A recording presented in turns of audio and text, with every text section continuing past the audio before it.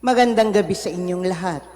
Malugod na pagtanggap sa St. Joseph Parish, Gagalangin sa ika-6 at kalahati ng gabing banal na misa sa pagdiriwang ng liturhiya ngayong Lunes sa 8 araw na pagdiriwang ng Pasko ng muling pagkabuhay.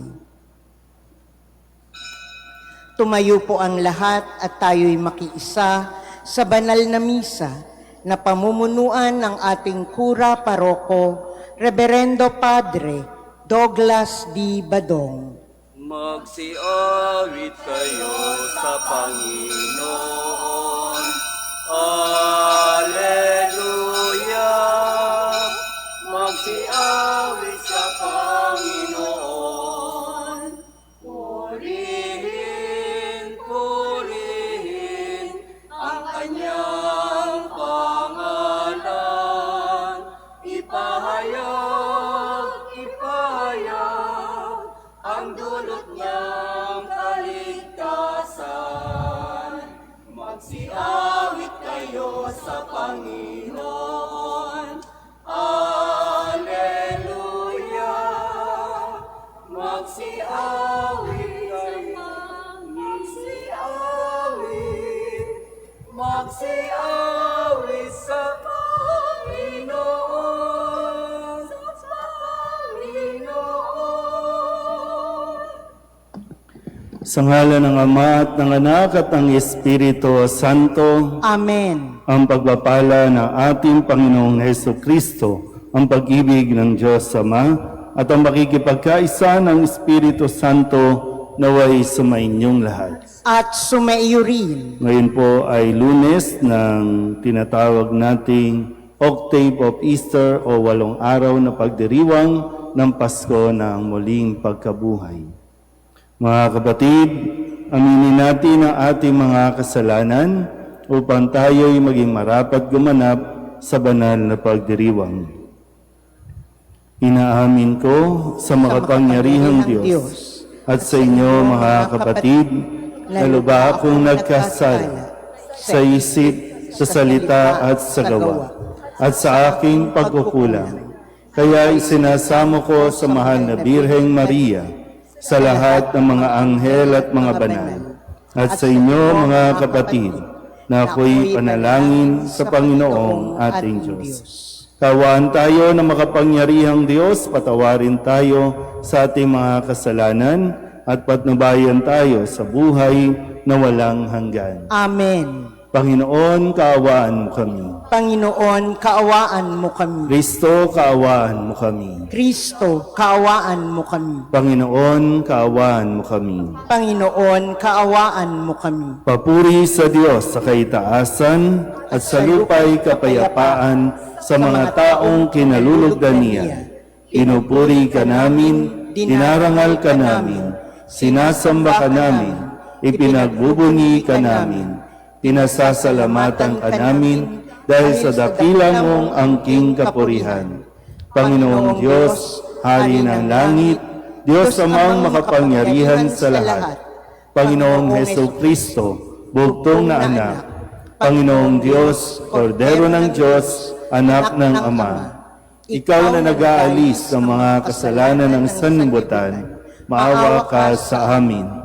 Ikaw na nag-aalis ng mga kasalanan ng sanlibutan, tanggapin mo ang aming kahilingan. Ikaw na naluluklok sa kanan ng Ama, maawa ka sa amin. Sabagat ikaw lamang ang banal, ikaw lamang ang Panginoon, ikaw lamang o Hesukristo ang kataas-taasan, kasama ng Espiritu Santo, sa kadakilaan ng Diyos Ama. Amen. Manalangin tayo.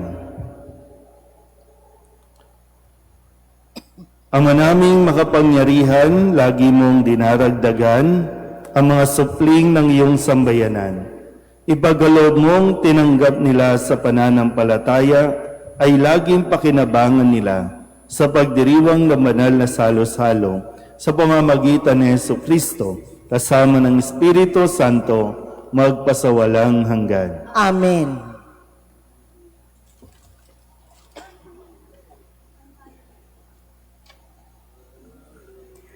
Pagbasa mula sa mga gawa ng mga apostol. Noong mga araw ng Pentecostes, tumayo si Pedro at ang 11 apostol at nagsalita ng malakas.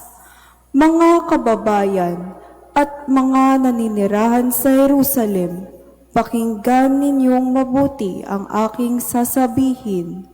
Mga Israelita, pakinggan ninyo ito. Si Jesus na taga Nazaret ay sinugo ng Diyos. Pinatutunayan ito ng mga himala, mga kababalaghan, at mga tandang ginawa ng Diyos sa pamamagitan niya. Alam ninyo ito, sapagkat lahat ay naganap sa gitna niyo. Ngunit ang taong ito ay ibinigay sa inyo ayon sa pasya at pagkaalam ng Diyos sa mula't mula pa, ay ipinapako ninyo at ipinapatay sa mga makasalanan. Subalit siya'y muling binuhay ng Diyos at pinalaya sa kapangyarihan ng kamatayan.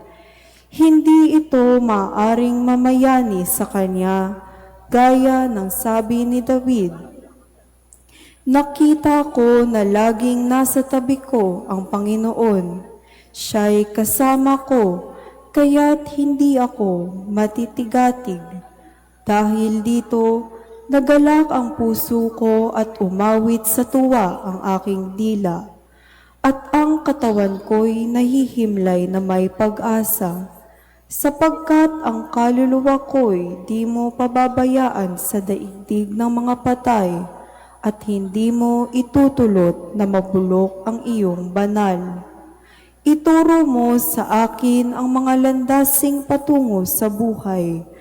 Dahil sa ikaw ang kasama ko, ako'y mapupuspos ng kagalakan. Mga kapatid, masasabi ko sa inyo ng tiyakan na ang patriarkang si David ay namatay at inilibing. Naririto ang kanyang libingan hanggang sa ngayon. Siya'y propeta at nalalaman niya ang pangako sa kanya ng Diyos na magiging haring tulad niya ang isa sa kanyang mga inapo.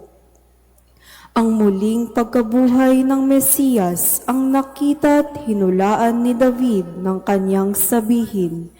Hindi siya pinabayaan sa daigdig ng mga patay at hindi itinulot na mabulok ang kanyang katawan. Itong si Jesus ay muling binuhay ng Diyos at saksi kaming lahat sa bagay na ito. Nang itaas siya sa kanan ng Diyos, tinanggap niya sa kanyang Ama ang pinangakong Espiritu Santo, at ito'y kanyang ipinagkaloob sa amin, tulad ng inyong nakikita at naririnig ngayon. Ang salita ng Diyos. Salamat sa Diyos. Diyos ko ang aking dalangin, ako'y iyong tangkilikin. Diyos ko, ang aking dalangi, ako'y iyong tangkilikin. O Diyos, ako'y ingatan mo. Ingatan ang iyong lingkod. Ang hangad ko ay maligtas, kaya sa iyo dumudulog. Ika'y aking Panginoon, ang wika ko sa aking Diyos. Kabutihang tinanggap ko ay ikaw ang nagkaloob. Ikaw lamang upoon ang lahat sa aking buhay. Ako'y iyong tinutugon sa lahat akong kailangan. Diyos ko, ang aking dalangi, ako'y iyong tangkilikin. Pinupuri ko ang puon na sa akin ay patnubay, kahit sa gabi diwa niya sa aking umaakay. Nababatid ko na siya'y kasama ko oras-oras, sa piling niya kailanman hindi ako matitinag. Diyos ko, ang aking dalangi, ako'y iyong tangkilikin. Kaya't ako'y nagdiriwang, ang diwa ko'y nagagalak. Ang lagi kong nadaramay hindi ako matitinag, pagkat di mo tutulutang ang mahal mo ay magalak sa balon ng mga patay upang doon ay maagnas. Diyos ko, ang aking dalangi, ako'y iyong tangkilikin. Ituturo mo ang landas na buhay sa hahantungan. Sa piling mo'y madarama ang lubos na kagalakan. Ang tulong mo'y nagdudulot ng ligayang walang hanggan. Diyos ko, ang aking dalangi, ako'y iyong tangkilikin. Magsitayo po ang lahat. Alleluia. Alleluia. Alleluia. Alleluia.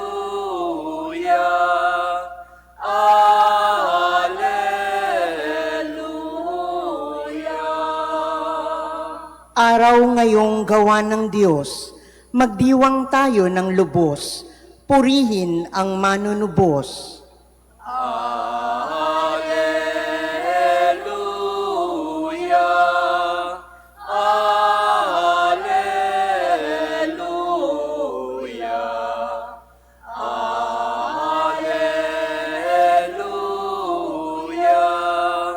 Alleluia.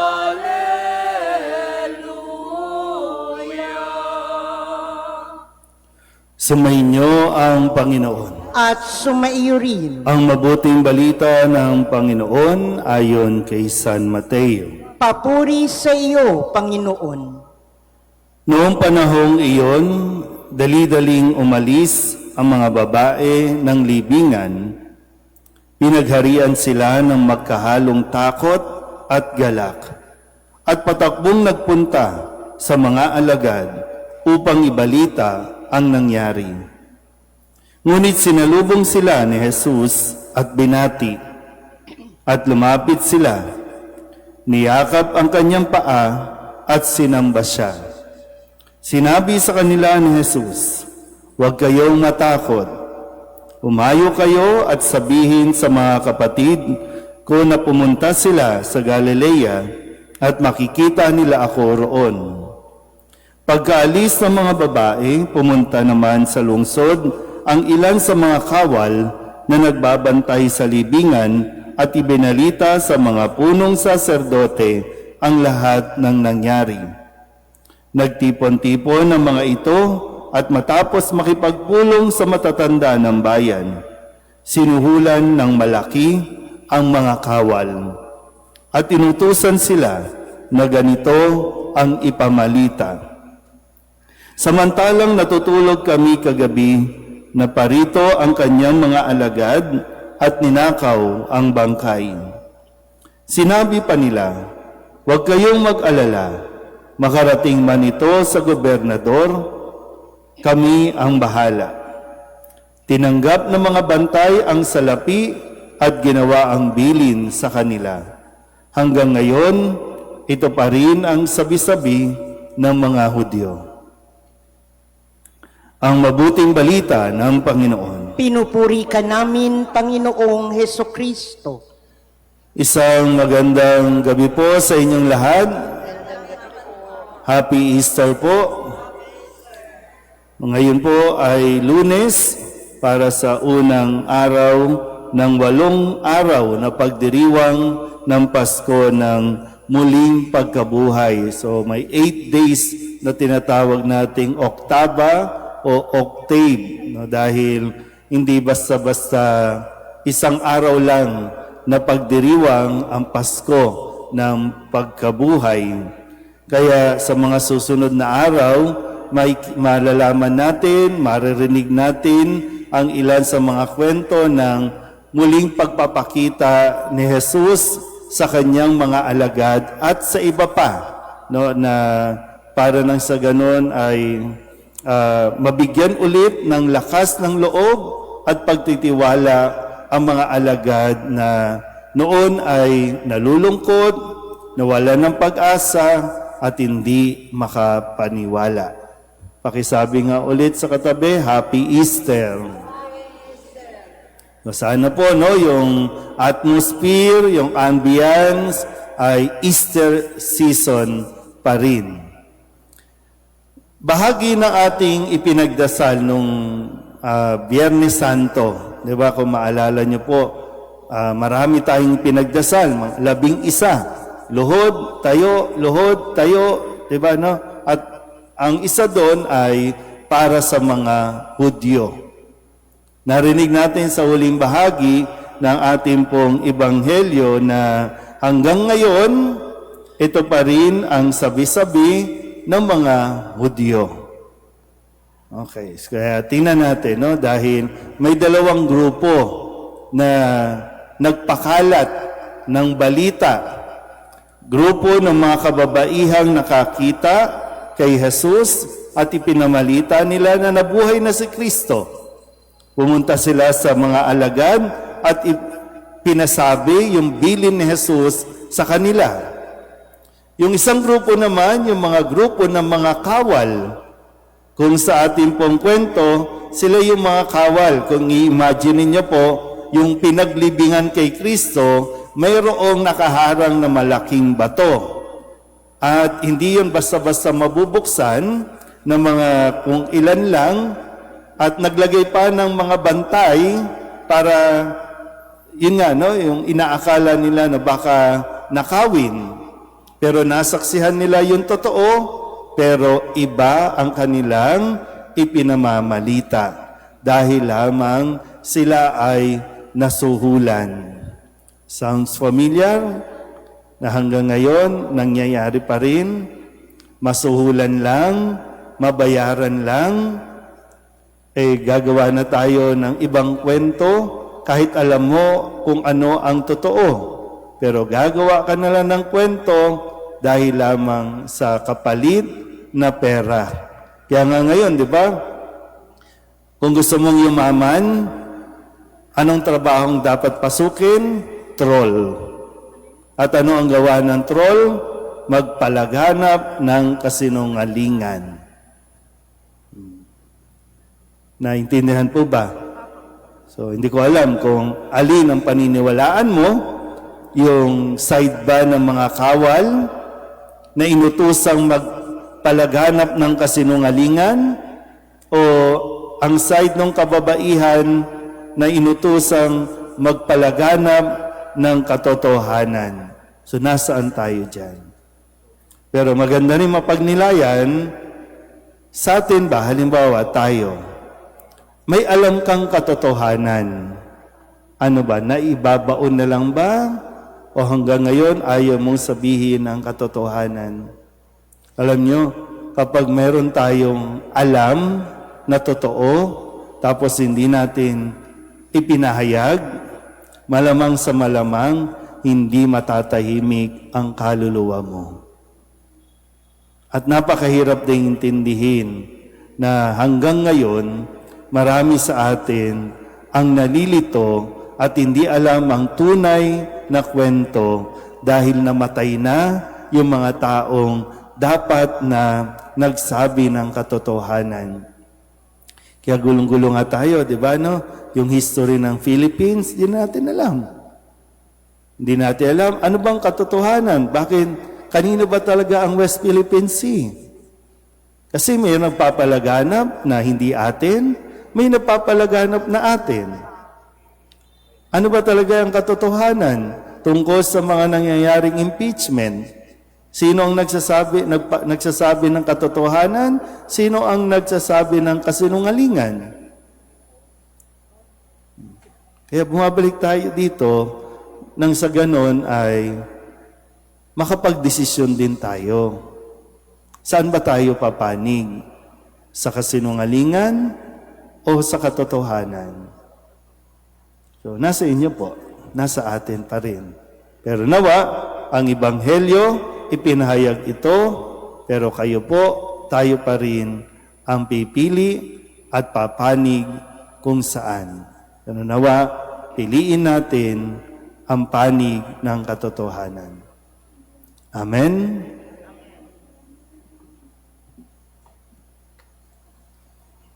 Sa gitna ng ating kagalakan dahil nagtagumpay si Kristo sa kamatayan at siya ay niluwalhati, ilapit natin sa Diyos Ama ang ating mga pangangailangan.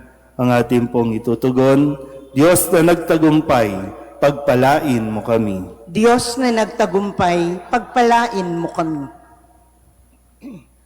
Ang simbahan naway mapanibago kay Kristong muling nabuhay at maghatid ng mensahe ng pag-asa at pag-ibig sa buong mundo.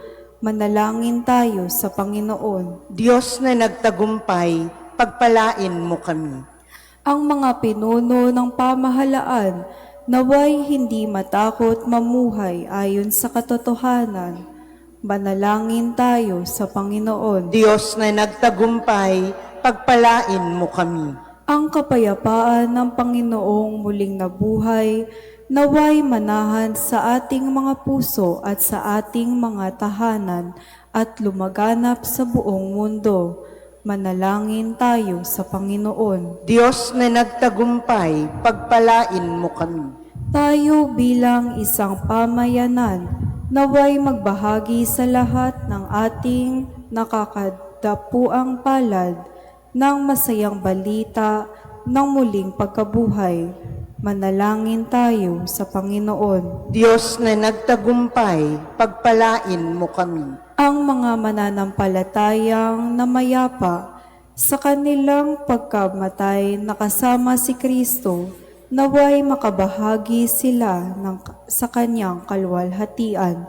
Manalangin tayo sa Panginoon. Diyos na nagtagumpay, pagpalain mo kami. Upang mamayani ang kapayapaan sa gitnang silangan at sa buong mundo, at ipag-adya nawa ang sangkatauhan sa karahasan, kasakiman at pang-aabuso ng kapangyarihan na nagdudulot ng paghihirap at kamatayan sa marami. Manalangin tayo sa Panginoon. Diyos na nagtagumpay, pagpalain mo kami. Upang ang lahat ng mga nagdurusa dahil sa kalupitan ng digmaan ay daglian ng makaranas ng kapayapaan at mabuhay ng may kapanatagan at kalayaan. Manalangin tayo sa Panginoon. Diyos na nagtagumpay, pagpalain mo kami. Idulog din natin sa Panginoon ang ating mga personal na kahilingan at mga panalangin para sa ating mga pamilya, kasama din ang mga kahilingan ng mga nanonood sa online. Lahat ng mga misang pasasalamat, espesyal na intensyon, agarang paggaling ng mga may sakit, ang lahat ng mga kaluluwa na iniling na ipagdasal sa misang ito. Ang lahat ng ito hiniling namin sa ngalan ni Kristong aming Panginoon. Amen. Aming dalangin, iyong pagpapala sa iyong hapag, aming inihanda. Ang tinapay na ito na nagbibigay ng buhay, aming iaalay sa iyong mga kamay. Pinupuri ka namin, aming Ama, ang dalisay mong pag-ibig ay aming madama. Pinupuri ka namin, aming Ama, naway pagpalain sa biyayang dala. Manalangin kayo mga kapatid upang paghahain natin ay kalugdan ng Diyos Amang makapangyarihan. Tanggapin nawa ng Panginoon itong paghahain sa iyong mga kamay sa kapurihan niya at karangalan, sa ating kapakinabangan at sa buong sambayanan niyang banal. Ama naming lumikha, tunghayan mo ang mga alay ng iyong sambayanan upang ang iyong binigyan ng bagong buhay sa pagsampalataya sa iyong ngalan at pagkadalisay noong sila'y binyagan ay makapakinabang sa ligayang walang katapusan sa pamamagitan ni Jesucristo kasama ng Espiritu Santo magpasawalang hanggan. Amen. Sumainyo ang Panginoon. At sumaiyuri, Itaas sa Diyos ang inyong puso at diwa. itinaas na namin sa Panginoon. Pasalamatan natin ang Panginoong ating Diyos. Marapat na siya'y pasalamatan. Ama naming makapangyarihan, tunay ngang marapat na ikaw ay aming pasalamatan ngayong ipinagdiriwang ang paghahain ng Mesiyas, ang maamong tupa na tumubos sa aming lahat. Sa paghahain ng sariling buhay at sa pagkabuhay ng anak mong mahal, nabuksang ganap ang iyong tahanan at kaming pinaghaharian mo'y naging kasambahay. Sa pagkamatay niya sa krus, nalupig ang kamatayan. Sa kanyang pagkabuhay, naging buhay siya ng tanan. Kaya kaisa ng mga anghel na nagsisiawit ng papuri sa iyo, nang walang humpay sa kalangitan, kami nagbubunyi sa iyong kadakilaan. Santo, Santo, Santo, Panginoong Diyos ng mga hukbo, napupuno ang langit at lupa ng kadakilaan mo, o sana sa kaitaasan. Pinagpala ang naparirito sa ngalan ng Panginoon, o sana sa kaitaasan. Ama naming banal, ikaw ang bukal ng tanang kabanalan. Kaya't sa pamamagitan ng iyong Espiritu, gawin mong banal ang mga kaloob na ito upang para sa aming maging katawan at dugo ng aming Panginoong Jesucristo. Bago niya pinagtiis ang kusang loob na maging handog, hinawakan niya ang tinapay, pinasalamatan kaniya, pinaghati-hati niya iyon, iniabot sa kanyang mga alagad at sinabi, "Tanggapin ninyong lahat ito at kanin, ito ang aking katawan na ihahandog para sa inyo."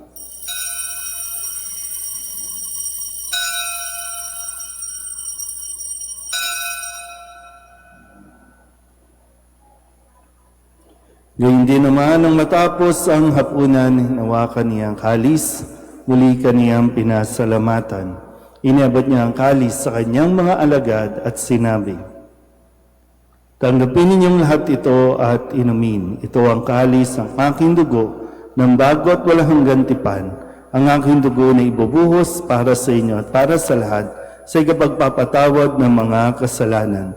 Gawin ninyo ito sa pag-alaala sa akin."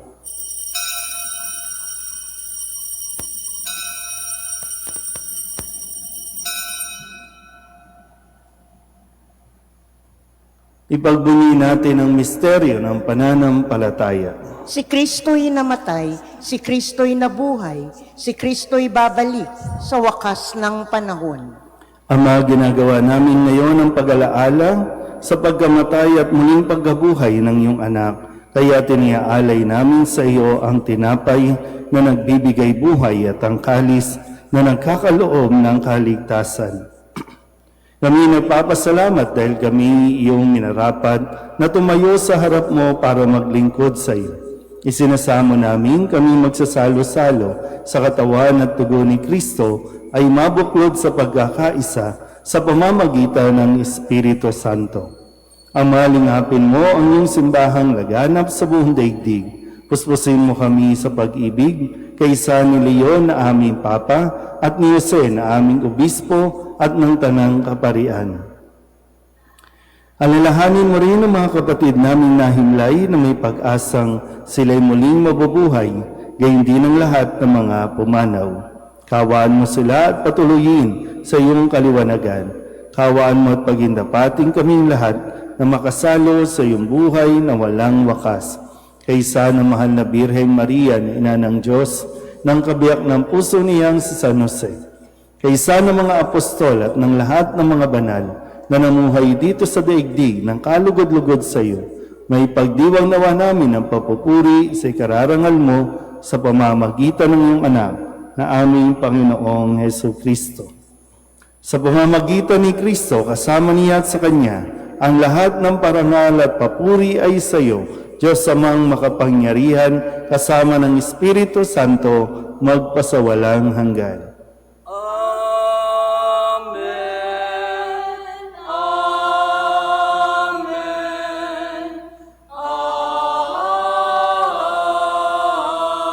Amen. Sa tagubili ng mga nakagagaling na utos at turo ni Jesus sa Panginoon natin at Diyos, ipahayag natin ang lakas loob. Ama namin, sumasalangit ka, sambahin ang ngalan mo, mapasa amin ang kaharian mo, sundin ang loob mo dito sa lupa para nang sa langit. Bigyan mo kami ngayon ng aming kakanin sa araw-araw at patawarin mo kami sa aming mga sala para nang pagpapatawad namin sa nagkakasala sa amin at huwag mo kaming ipahintulot sa tukso at iadya mo kami sa lahat ng masama. Inihiling namin kami iadya sa lahat ng masama, pagkalooban ng kapayapaan araw-araw, iligtas sa kasalanan at ilayo sa lahat ng kapahamakan, samantalang aming pinananabikan ang dakilang araw ng pagpapahayag ng tagapagligtas naming sa Jesucristo. Sapagkat iyo ang kaharian at ang kapangyarihan at ang kapurihan, magpakailanman. Amen. Panginoong Jesucristo, sinabi mo sa iyong mga apostol, kapayapaan ang iniiwan ko sa inyo, ang aking kapayapaan ang binibigay ko sa inyo. Tunghayan mo ang aming pananampalataya at huwag ang aming mga pagkakasala. Pagkalooban mo kami ng kapayapaan at pagkakaisa ayon sa iyong kalooban, kasama ng Espiritu Santo, magpasawalang hanggan. Amen. Ang kapayapaan ng Panginoon ay laging sumainyo. At sumaiyo rin. Mabigayan tayo ng kapayapaan sa isa't isa. Kordero ng Diyos na nag-aalis ng mga kasalanan ng sanlibutan, maawa ka sa amin. Kordero ng Diyos na nag-aalis ng mga kasalanan ng sanlibutan, maawa ka sa amin. Kordero ng Diyos na nag-aalis ng mga kasalanan ng sanlibutan, ipagkaloob mo sa amin ang kapayapaan. Ito ang kordero ng Diyos. Ito ang nag-aalis ng mga kasalanan ng sanlibutan. Mapalad ang mga inanyayahan sa kanyang piging. Panginoon, hindi ako karapat-dapat na magpatuloy sa iyo, ngunit sa isang salita mo lamang ay gagaling na ako.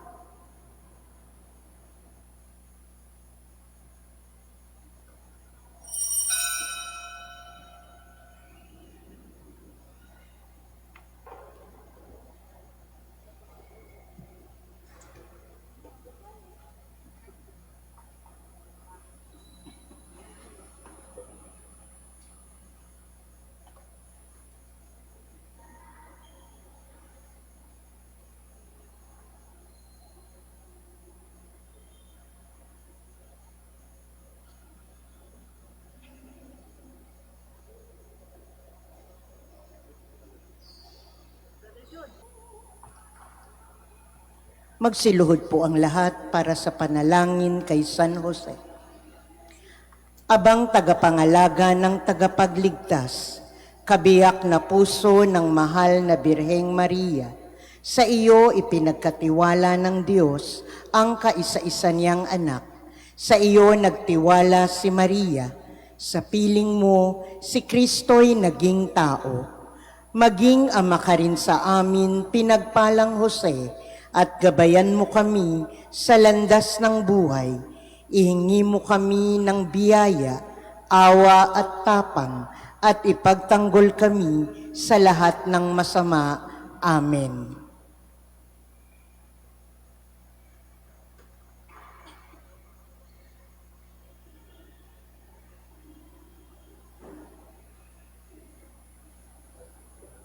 Magsitayo po ang lahat.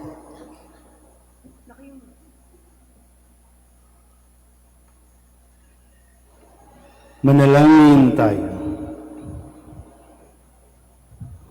Ama naming mapagmahal, naway masaganang pakinabangan ang piging ng pagkabuhay upang sa pagtahak sa landas ng kaligtasan, kami maging marapat sa iyong mga pagpapalang bigay sa pamagitan ni Yesu Kristo kasama ng Espiritu Santo magpasawalang hanggan. Amen. Sumainyo ang Panginoon At sumaiyo rin. at pagpalain kayo ng makapangyarihang Diyos, Ama at Anak at Espiritu Santo. Amen. Tapos ang banal na misa, umayo tayo sa kapayapaan ni Kristo. Salamat sa Diyos. Happy Easter po sa inyo. Ang bagong araw, ito'y araw ng tagumpay. Anak ng tao'y nabuhay, siya'y ating panaralan. Si Jesus muling nabuhay